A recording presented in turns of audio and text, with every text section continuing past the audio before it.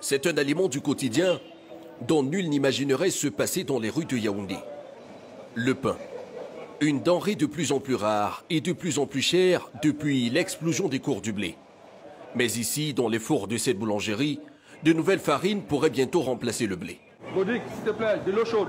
Pour faire son pain, Hervé Nyama a décidé de miser sur un nouvel ingrédient.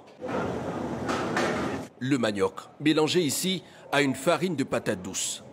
Des tubercules, d'ordinaire consommés, non transformés dans les plats traditionnels camerounais. La farine de patates et de manioc se manipule facilement, comme la farine de blé. On peut le manger sans avoir de problème. Par contre, nous avons une qualité des personnes ici dehors qui ne peuvent pas manger le blé. Pourquoi on dit? Parce que le blé a un produit, une substance qu'on appelle le gluten. Le manioc made in Cameroun, utilisé comme alternative au blé importé. Jusqu'alors, Hervé et sa hiérarchie n'y avaient même pas pensé. Mais la hausse du prix du sac de farine de blé a tout changé. Il est passé en quelques jours d'un peu moins de 30 € à environ 40 € les 50 kg. Une hausse provoquée par la baisse des importations depuis le début de la guerre en Ukraine. D'où l'apparition de ces nouveaux pains à la patate et au manioc.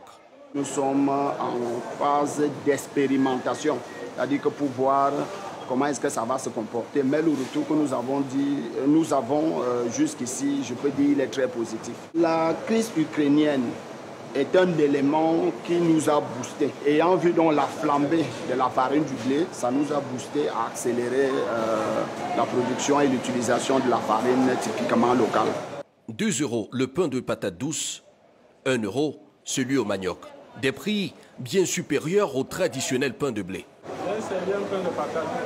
Mais la clientèle est au rendez-vous, séduite par l'idée de consommer des ingrédients locaux. Des pains à base de farine bio, je trouve que c'est intéressant, c'est bien parce qu'enfin on va consommer du local. Nous devons commencer à consommer des produits de chez nous. Le manioc pourrait-il à terme définitivement remplacer le blé? Certains producteurs en rêvent. Ce tubercule, facile à faire pousser sur des sols pauvres, résiste aux chaleurs tropicales. Mais il est vulnérable à certaines maladies comme la mosaïque du manioc ou la striure brune, qui peuvent décimer toute une récolte. Pour 22 000 hectares de terres cultivées, le Cameroun produit environ 5 millions de tonnes de manioc chaque année, dont d'énormes plantations comme celle-ci, à une centaine de kilomètres de la capitale. Il faut bien nettoyer avant de récolter. Depuis 2014, Rose Alima cultive le tubercule dans ses 140 hectares de plantation. Une production abondante à chaque récolte, malgré le manque de machines agricoles sophistiquées. Elle voit la flambée des cours du blé comme une aubaine pour les milliers de cultivateurs comme elle. Il y a des variétés qui donnent 30 tonnes à l'hectare et d'autres qui font 35 tonnes à l'hectare. Les producteurs de manioc peuvent répondre à tout type de demande, que ce soit à l'intérieur du pays, que ce soit dans la zone CEMAC, que ce soit en Afrique et voire à l'Occident. À condition que le gouvernement nous apporte un appui dans la mécanisation. Avec l'arrivée de la guerre de l'Ukraine, où la farine de blé a grimpé tout d'un coup, chaque jour mon téléphone n'arrête pas de sonner.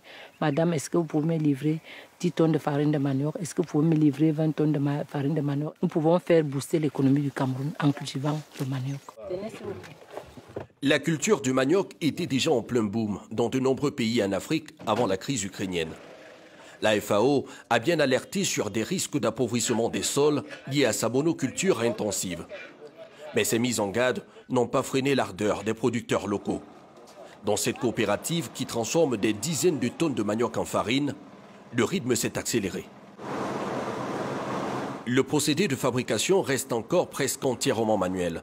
Et les producteurs de manioc appellent de leur vœu une mécanisation qui leur ferait changer d'échelle de production. Par mois, quand on transforme, on peut avoir 5 tonnes, 3 tonnes. Si on a suffisamment de machines, le Cameroun n'aura pas un problème de farine de manioc. Ça va remplacer le blé facilement parce que beaucoup de gens vont comprendre et tout le monde va s'aligner à la farine du manioc. Le manioc, un ingrédient que cette autre coopérative entend rendre incontournable. La production d'Anastasie Obama s'arrache déjà au Cameroun comme à l'étranger. Avec la farine de manioc, on fait le pain, on fait les gâteaux, on fait les beignets, on fait les biscuits, on fait même les liqueurs. Moi, mon manioc se mange dans le monde entier. Là, le manioc, la farine que vous voyez là, les moelleux que vous voyez là, ça part même aux États-Unis. Avec l'augmentation de la demande mondiale, les pays africains producteurs de manioc qui comptent déjà parmi leurs clients des grandes multinationales de l'alimentation peuvent espérer conquérir encore de nouveaux marchés.